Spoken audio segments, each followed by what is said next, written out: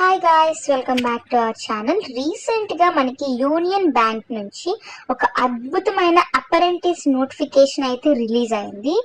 ఈ notification 29th April అయితే release అయింది. So application starts from 29th April to 19th మే వరకు మనం అప్లై చేసుకునే టైం అనేది వాళ్ళు ఇచ్చారు. అప్లికేషన్ అనేది త్రూ ఆన్లైనే చేయాలి. ఇక్కడ కనిపిస్తున్న ఈ వెబ్సైట్ www.unionbankofindia.co.in ద్వారా, లేదా ఇక్కడ ఇంకొక వెబ్సైట్ ఇచ్చారు https://bfsissc.com. వీటి ద్వారా మాత్రమే మనం ఈ నోటిఫికేషన్ కి అయితే అప్లై చేసుకోవాల్సి ఉంటుంది.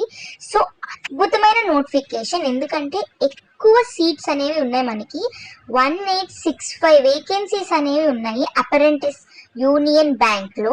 సో ఇప్పుడు ఈ నోటిఫికేషన్ 29th ఏప్రిల్ స్టార్ట్ అయింది.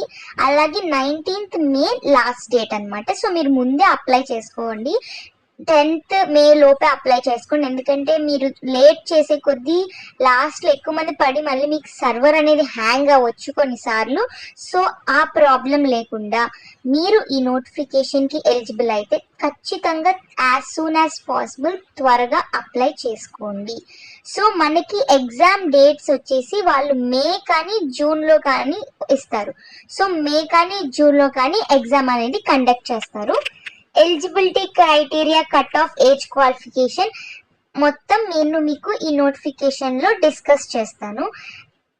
ఎలిజిబుల్ ఉన్న క్యాండిడేట్స్ ఇక్కడ కనిపిస్తున్న ఈ 2 లింక్స్ ద్వారా ఈ నోటిఫికేషన్కి అయితే అప్లై చేయాల్సి ఉంటుంది. నేను మీకు ఈ నోటిఫికేషన్ లింక్ డిస్క్రిప్షన్ బాక్స్లో మెన్షన్ చేస్తాను. తప్పకుండా మీరు ఒకసారి మళ్ళీ అప్లై చేసే ముందు ఈ నోటిఫికేషన్ని తరోగా చూసి అప్లై చేయండి.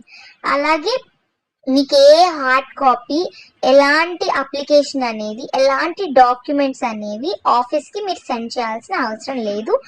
పక్కా పూర్తిగా ఈ నోటిఫికేషన్ అంతా ఆన్లైన్లోనే అప్లై చేయాల్సి ఉంటుంది. అలాగే ఇప్పుడు నెక్స్ట్ మీకు స్టేట్ అలాగే డిస్ట్రిక్ట్ వైజ్ ఎన్ని వేకెన్సీస్ ఉన్నాయో చూద్దాం. సో ఫస్ట్ మనకి అండమాన్ అండ్ నికోబార్ ఐలాండ్స్లో టోటల్ ఒక వేకెన్సీ ఉంది. నెక్స్ట్ ఆంధ్రప్రదేశ్లో 303 వేకెన్సీస్ ఉన్నాయి. అలాగే పీడబ్ల్యూడి వాళ్ళకి 13 వేకెన్సీస్ ఉన్నాయి. అస్సాంలో 29 ఉన్నాయి. అలాగే పీడబ్ల్యూడి వాళ్ళకి 2 వేకెన్సీస్ ఉన్నాయి. బీహార్లో 60 ఉన్నాయి. అలాగే పీడబ్ల్యూడి వాళ్ళకి 3 ఉన్నాయి. చండీగఢ్లో 6 ఉన్నాయి. అలాగే పీడబ్ల్యూడి వాళ్ళకి 1 వేకెన్సీ. ఛత్తీస్గఢ్లో 25 ఉన్నాయి. అలాగే పీడబ్ల్యూడి వాళ్ళకి 1 వేకెన్సీ. మీరు చూసుకోండి, మన ఆంధ్రప్రదేశ్కి అయితే చాలా ఎక్కువ వేకెన్సీస్ ఇచ్చారు ఈసారి. సో మీరు ఖచ్చితంగా ఇందులో అన్రిజర్వ్డ్కి ఎస్సీ, ఎస్టీ, ఓబీసీ, ఈడబ్ల్యూఎస్ వీళ్ళందరికీ కూడా చాలా అత్యంత మెజారిటీ వేకెన్సీస్ అనేవి ఇవ్వడం జరిగింది. సో మీరు తప్పకుండా దీనికి ఎలిజిబుల్ అయితే మిస్ కాకండి. సో నెక్స్ట్ మనకి ఇక్కడ స్టేట్ వైజ్ అయిపోయింది. ఇప్పుడు మనకి వేకెన్సీస్ కేటగిరీ వైజ్ వచ్చేసి చూడండి, ప్రతి ఒక్క స్టేట్కి వాళ్ళు మెన్షన్ చేశారు. ఇది కూడా మీరు ఒకసారి చూడండి.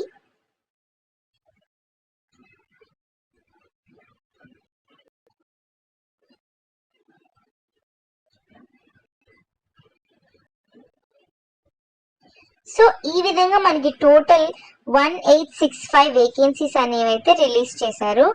ఇన్స్ట్రక్షన్స్ వచ్చేసి మనకి ఈ అప్రెంటిస్ దానికి అప్లై చేయడానికి ఇన్స్ట్రక్షన్స్ కూడా వీళ్ళు ఇక్కడ ఇచ్చారు. దీంట్లో కూడా మీరు ఒకసారి తరోగా వెరిఫై చేయండి. నెక్స్ట్ మనకి ఈ జాబ్ వచ్చేసి అప్రెంటిస్ అన్నమాట.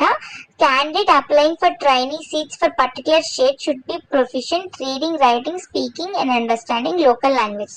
మీరు ఏ స్టేట్కి అయితే అప్లై చేస్తున్నారో ఆ స్టేట్ యొక్క లాంగ్వేజ్ మీకు వచ్చి ఉండాలి. చదవడం, రాయడం, మాట్లాడడం, అలాగే అర్థం చేసుకోవడం కూడా మీకు వచ్చి ఉండాలి. మీరు ఏ స్టేట్కి అప్లై చేస్తున్నారో అక్కడ మాట్లాడే లోకల్ లాంగ్వేజ్ మీరు ప్రొఫిషియెంట్గా ఉండాలి. సో ఇది అలాగే మీకు మంచి స్కిల్స్ ఉండాలి. నెక్స్ట్ అలాగే while candidate applying may give preference to 5 districts where the home district should be his first preference. 5 districts కి వరకు మీరు ప్రిఫరెన్స్ ఇవ్వచ్చు. అలాగే మీ హోమ్ డిస్ట్రిక్ట్, మీ సొంత డిస్ట్రిక్ట్ అనేది మీ ఫస్ట్ ప్రిఫరెన్స్ అయ్యి ఉండాలన్నమాట. సో అందరూ ఈ యొక్క ఇన్స్ట్రక్షన్స్ ని తరోగా చదువుకుని అప్లై చేయండి. ఇక్కడ వీళ్ళు మనకి హైలైట్ గా ఒక పాయింట్ ఇచ్చారు. Bank reserves the right to allot training seat in any district or selected state as per the administrative requirement. మీరు సెలెక్ట్ చేసిన స్టేట్ లోని బ్యాంక్, మీరు ఒక 5 స్టేట్స్ అలాగా సెలెక్ట్ చేస్తే వాటిలో మీకు వచ్చిన స్కోర్ బట్టి వాళ్ళు మీకు అలాట్ చేస్తారనమాట training seat. So candidates to opt for one specified local language. ఖచ్చితంగా ఒక స్పెసిఫైడ్ లోకల్ లాంగ్వేజ్ అయితే మీకు వచ్చి ఉండాల్సి ఉంటుంది. ఎలిజిబిలిటీ క్రైటీరియా, మీరు ఖచ్చితంగా citizen of India, Indian citizen అయి ఉండాలి, లేదా subject of Nepal or subject of Bhutan, Tibet లో రెఫ్యూజీ ఎవరైతే 1 Jan 1962 లోపల ఇండియాకి వచ్చారు వాళ్ళు, with the intention of permanently settling in India. ఇలా ఈ ఇండియన్ ఆరిజిన్ లో లొకేట్ అయిన ఈ పర్సన్స్ వీళ్ళందరూ కూడా ఎలిజిబుల్ గా ఉంటారు అని వీళ్ళు మెన్షన్ చేశారు. నెక్స్ట్ ఏజ్ వచ్చి minimum 20 years, maximum 20 years. 1st April 2026 కల్లా మినిమం 20 years ఉన్న వాళ్ళు, మాక్సిమం 28 years ఉన్న వాళ్ళు ఈ యొక్క నోటిఫికేషన్ కి ఎలిజిబుల్. అలాగే నెక్స్ట్ మీకు ఇక్కడ ఏజ్ రిలాక్సేషన్ కూడా ఇచ్చారు. SC ST వాళ్ళకి 5 years, బ్యాక్వర్డ్ క్లాసెస్ వాళ్ళకి 3 years. అలాగే ఇక్కడ మనకి బెంచ్ మార్క్ డిసెబిలిటీస్ ఉన్న వాళ్ళకి పీడబ్ల్యూడిలో అన్రిజర్వ్డ్ ఈడబ్ల్యూఎస్ వాళ్ళకి 10 సంవత్సరాలు, పీడబ్ల్యూబీడీలో ఓబీసీ ఉన్న వాళ్ళకి 13 years, పీడబ్ల్యూబీడీలో SC ST వాళ్ళకి 15 సంవత్సరాలు ఇచ్చారు. అలాగే విడోస్, డివోర్స్ ఉమెన్, ఎవరైతే వాళ్ళ హస్బెండ్స్ తో సపరేట్ అయిపోయారో లీగల్ గా, ఎవరైతే మళ్ళీ రీమ్యారేజ్ చేసుకోలేదు వాళ్ళకు కూడా ఏజ్ కన్సెషన్ ఇస్తారు అప్ టు 35 years అనమాట, జనరల్ గానీ ఈడబ్ల్యూఎస్ వాళ్ళకి. అలాగే ఓబీసీ వాళ్ళకి 38 సంవత్సరాలు, SC ST వాళ్ళకి 40 సంవత్సరాలు. సో ఇక్కడ మీరు చూడండి, ఫస్ట్ నోట్ వాళ్ళు ఏమి ఇచ్చారంటే అప్లికేషన్ అనేది ఓన్లీ మనకి ఆన్లైన్ ద్వారానే జరుగుతుంది. మీరు ఎలాంటి ఒక సబ్మిట్ చేయాల్సిన అవసరం లేదు. సో ఫస్ట్ మీరు ఆన్లైన్ ద్వారానే అప్లై చేయాల్సి ఉంటుంది, ఆఫ్లైన్ ద్వారా అప్లై చేయాల్సి ఉండదు. ఓకే, ఇది మెయిన్ పాయింట్ అనమాట. సో నెక్స్ట్ ఇక్కడ వాళ్ళు ఇవన్నీ మీరు చదువుకోండి. నెక్స్ట్ మనం మెయిన్ గా చూడాల్సింది ఏంటంటే, ఫస్ట్ మనకి శాలరీ ఎంత, ఎడ్యుకేషన్ క్వాలిఫికేషన్స్ ఏంటి చూద్దాం. ఫస్ట్ ఎడ్యుకేషన్ క్వాలిఫికేషన్ వచ్చేసి ఎలిజిబిలిటీ ఎవరికైతే ఉందంటే గ్రాడ్యుయేట్ అయిన వాళ్ళకి బిఫోర్ 1/4/2026 అంటే 1st April 2026 లోపు క్వాలిఫై అయిపోయి ఆ రిజల్ట్ అనేది మీ దగ్గర ఉండాలి. ఇప్పుడు మీరు కాలేజ్లో కానీ రికగ్నైజ్డ్ యూనివర్సిటీలో కానీ గ్రాడ్యుయేట్ డిగ్రీ హోల్డ్ చేస్తున్న వాళ్ళు విత్ ఆ మార్క్ షీట్స్, ఆ సర్టిఫికేట్స్, అవన్నీ ఆ కాలేజ్ వాళ్ళు ఇష్యూ చేసినవన్నిటిని మీ దగ్గర April 1st లోపు ఉండాలి. వాళ్ళైతే దీనికి ఎలిజిబుల్. అలాగే మీ గ్రాడ్యుయేషన్ పాస్ అయిన ఇయర్ 4 years కన్నా ఎక్కువ ఉండకూడదు. అంటే మీరు గ్రాడ్యుయేషన్ పాస్ అయిన 6 years అయ్యింది అనుకోండి, గ్రాడ్యుయేషన్ పాస్ అయ్యి బీటెక్ అయిపోయి, అలాంటి వాళ్ళు not eligible. 4 years maximum, 4 years కన్నా ఎక్కువ ఉండకూడదు, 5 years 6 years అలాంటి వాళ్ళు దీనికి నాట్ ఎలిజిబుల్. సో మనకి కట్ ఆఫ్ డేట్ సో ఇదంతా ఇచ్చేసారు 1st April 2026. సో చెప్పాను కదా అన్ని సర్టిఫికేట్స్ అన్ని ఉండాలి. అలాగే క్యాలిక్యులేషన్ పర్సంటేజ్ వచ్చేసి మనకి పర్సంటేజ్ అనేది 59.99% అంటే 60%. సో 60%గా మీద మార్చి మీరు క్యాలిక్యులేట్ చేసి వేయాలి. సో ఇలా నెక్స్ట్ సెలెక్షన్ ప్రాసెస్ మనకి అంతా తెలిసిందే కదా, ఎగ్జామ్స్ జరుగుతాయి, ఆన్లైన్ ఎగ్జామ్ జరిగింది, దాని ద్వారా మనకి సెలెక్షన్ ప్రాసెస్ జరుగుతుంది. Candidates apply for engagement representatives back after paying the requisite online examination fee shall have to undergo the selection process. Okay, so ఇప్పుడు నెక్స్ట్ మనకి టెస్ట్ అనేది ఎలా ఉంటుంది. సో టెస్ట్ వచ్చేసి ఎగ్జామ్ మనకి ఫస్ట్ మనకి 5 ఉంటాయండి, 5 blocks ఉంటాయి. అందులో ఒకటి general awareness, English, aptitude, reasoning, computer knowledge, అలాగే union banks products and services మీద క్వశ్చన్. మొత్తం 100 marks కి ఉంటుందండి. నో నెగిటివ్ మార్కింగ్ అనేది లేదు. ఓకే, సో నెగిటివ్ మార్కింగ్ లేదు కాబట్టి ఎలిజిబుల్ ఉన్న వాళ్ళు ఒకసారి అప్లై చేసుకోండి. సో దీనికి కావాల్సిన సిలబస్ కూడా వీళ్ళు ఇక్కడ డిస్ప్లే చేశారు. కార్పొరేట్ వెబ్సైట్ పాత్కి ఇమేజ్ ఆఫ్ రిఫరెన్స్ ఒకసారి మీరు చూడండి, ఎలా చేయాలి, ఎలా ఎక్కడ ఏంటి చేయాలి, ఇవన్నీ చూసుకుని మీరు ఒకసారి తరోగా అప్లై చేయండి. ప్రొడక్ట్స్ అండ్ సర్వీసెస్లో savings account, current account, salary account, term deposit, union is ఇవన్నీ చూడండి. నెక్స్ట్ ఇందాక మీకు చెప్పాను కదా, లాంగ్వేజ్ ఆ స్టేట్ యొక్క లాంగ్వేజ్ ప్రొఫిషియెంట్గా ఉండాలి అని.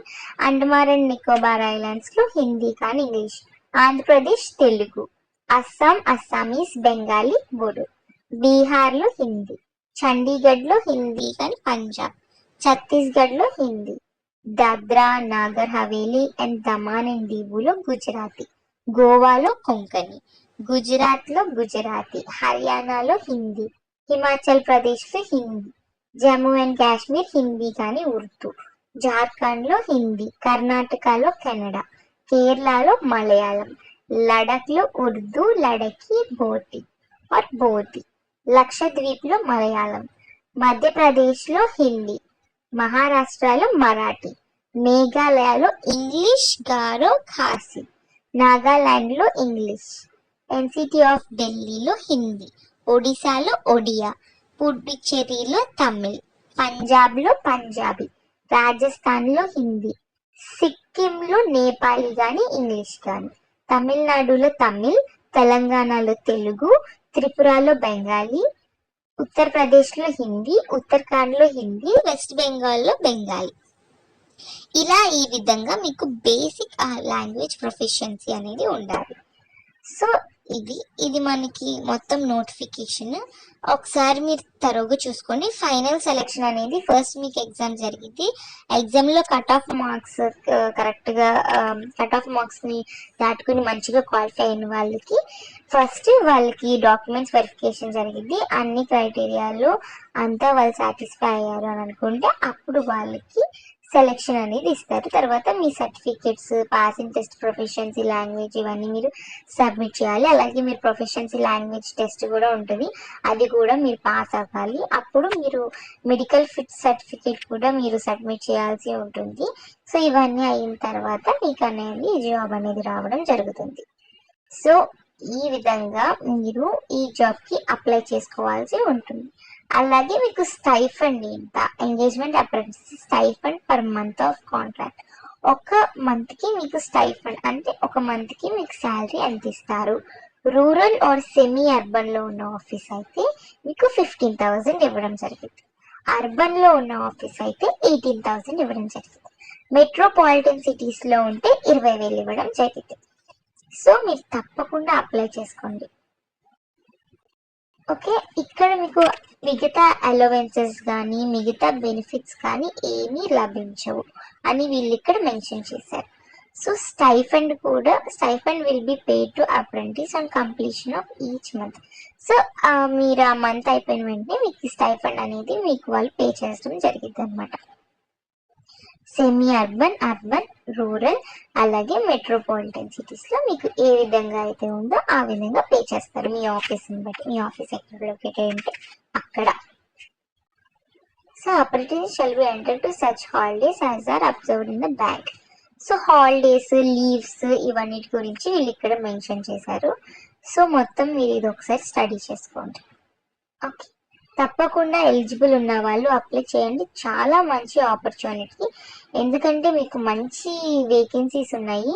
సో అలాగే ఒకసారి ట్రై చేయండి. ప్లస్ ఎందుకంటే నో నెగిటివ్ మార్కింగ్ కాబట్టి తప్పకుండా అందరూ అప్లై చేసుకోవడానికి చూడండి. హౌ టు అప్లై కూడా ఇక్కడ మీకు ఇచ్చాను. ఈ లింక్ ద్వారా, ఈ 2 లింక్స్ ద్వారా మీరు వెళ్ళి అప్లై చేసుకోవడం అనేది జరుగుతుంది. దానికి కావాల్సిన documents Aadhaar card front back side, అలాగే email ID, mobile number, passport size photograph ఒకటి, మీ degree mark sheets, provisional certificates, ఓడి ఇవన్నీ కావాలి, caste certificate, PWD if applicable, PAN card, అలాగే ఏపీఆర్ ఐడి ఫార్మాట్ ఇవన్నీ మీరు చూసుకోండి. ఒకసారి ఇవన్నీ డాక్యుమెంట్స్ మీరు ముందుగానే రెడీ చేసి పెట్టుకోండి. అలాగే మెయిన్ ఎగ్జామినేషన్ ఫీ వచ్చేసి ఇక్కడ జనరల్ ఓబీసీ మేల్కి examination fee total 944 rupees. Application fee వచ్చి 600, intimation fee 200. So total GST 18%తో కలిపి మీరు 944 రూపీస్ కట్టాలి. సో ఇక లాస్ట్ కాలంలో ఉంది, అది చూసుకోండి మీరు. ఆ లాస్ట్ కాలంలో ఉన్న ఆ ఫీజు అనేది మీరు పే చేయాల్సి ఉంటుంది. అలాగే జనరల్ ఓబీసీ ఫీమేల్స్ వచ్చేసి 708 రూపీస్, 708 రూపాయలు పే చేయాల్సి ఉంటుంది. ఎస్సీ ఎస్టీ వాళ్ళు 236 రూపాయలు పే చేయాల్సి ఉంటుంది. వీళ్ళకి అప్లికేషన్ ఎగ్జామినేషన్ ఫీ నిల్, ఇంటిమేషన్ ఫీ అలాగే జిఎస్టీ ఛార్జెస్ మాత్రం వేశారు 236 రూపాయలు. అలాగే పీడబ్ల్యూడి వాళ్ళు 236 రూపాయలు పే చేయాల్సి ఉంటుంది. అలాగే ట్రాన్స్జెండర్స్ వాళ్ళు కూడా 236 రూపాయలు పే చేయాల్సి ఉంటుంది. సో ఇది ఫీ. మీరు అప్లై చేసుకునే ముందు ఒకసారి డీటెయిల్డ్గా నోటిఫికేషన్ చదివి అప్లై చేసుకోండి. ఎలిజిబుల్ ఉన్న వాళ్ళు మాత్రం తప్పకుండా ఈ మంచి ఆపర్చునిటీ మిస్ చేయొద్దు. So all the best. అందరూ తప్పకుండా అప్లై చేసుకోండి. ఇలాంటి నోటిఫికేషన్లు ఇలా ఇప్పుడు మీకు కనిపిస్తున్న ఈ బ్లాక్ లెటర్స్లో ఉన్నవి మాత్రం తప్పకుండా చదవండి, మిస్ చేయొద్దు. ఇక్కడ no hard copy of call letter for online written examination will be sent by post. అంటే మీకు హాల్ టికెట్ ఉంటుంది కదండి, ఆ ఎగ్జామ్ రాయాలంటే ఆ హాల్ టికెట్ మీకు మెయిల్ ద్వారానే వచ్చింది, పోస్ట్ ద్వారా కానీ ఎలానూ రాదు అని వీళ్ళు చెప్తున్నారు. సో అలాంటివి వచ్చినా మీరు వాటిని నమ్మొద్దు, బిలీవ్ చేయొద్దు. అన్నీ మీకు ఆన్లైన్లోనే జరుగుతాయి, మీరు అక్కడ సబ్మిట్ చేసిన మెయిల్ ద్వారా. ఓకే, షార్ట్ లిస్ట్ అయిన క్యాండిడేట్స్ లిస్ట్ కూడా ఈ లింక్లో వాళ్ళు పోస్ట్ చేస్తారు సెలెక్టెడ్ క్యాండిడేట్స్కి, దాని ద్వారా మీరు చూసుకోవచ్చు. సో ఇది. So all the best. అందరూ తప్పకుండా అప్లై చేయండి. మంచి నోటిఫికేషన్. ఒకసారి అప్లై చేసే ముందు తప్పకుండా నోటిఫికేషన్ తరువుగా చూడండి, వేకెన్సీస్ చూసుకోండి, మీ రెస్పెక్టివ్ స్టేట్ చూసుకోండి ఎందులో ఎక్కువ వేకెన్సీస్ ఉన్నాయో దాని తగ్గట్టు. అలాగే మీకు లోకల్ లాంగ్వేజ్ అనేది పర్ఫెక్ట్గా వచ్చి ఉండాలి. Okay, all the best. Thank you for watching my video.